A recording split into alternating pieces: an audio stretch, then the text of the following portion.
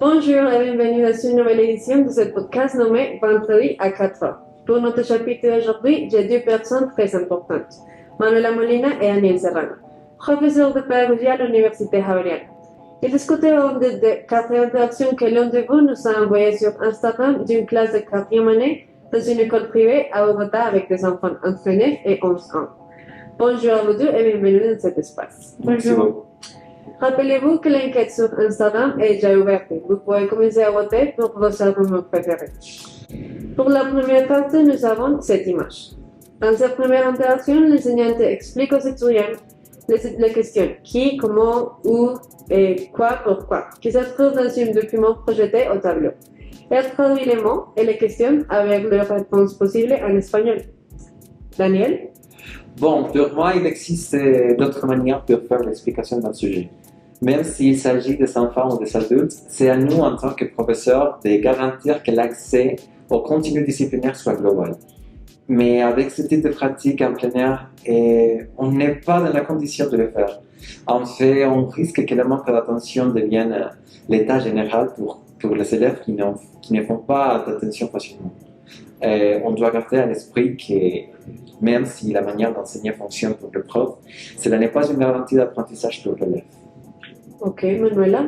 Bon, il est nécessaire de faire l'explication de la théorie en plein air parce que si le professeur leur demandait de le faire de manière didactique, il serait très possible que l'attention des élèves soit détournée. En outre, la projection des mots était réalisée de manière à ce qu'ils puissent avoir cette relation audiovisuelle avec le contenu. Enfin, il était beaucoup plus efficace pour l'enseignant de faire la traduction directe du français vers leur langue maternelle afin qu'ils puissent faire un lien direct et que le sujet soit plus facile de comprendre.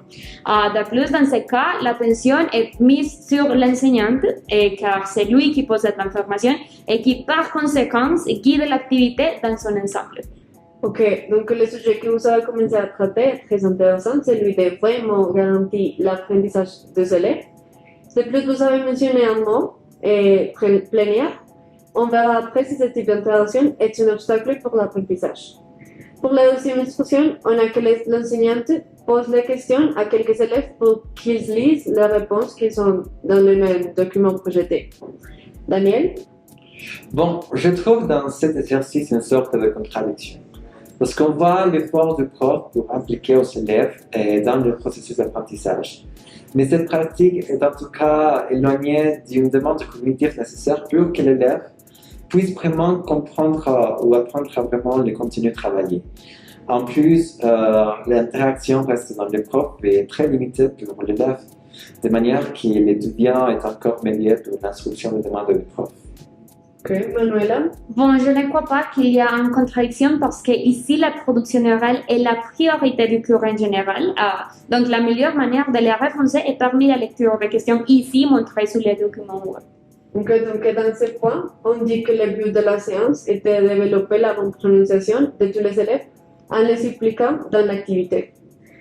Bon, pour le troisième pas, l'enseignante demande aux étudiants de copier les documents projetés dans un papier en modifiant leurs réponses avec l'information personnelle de chacun.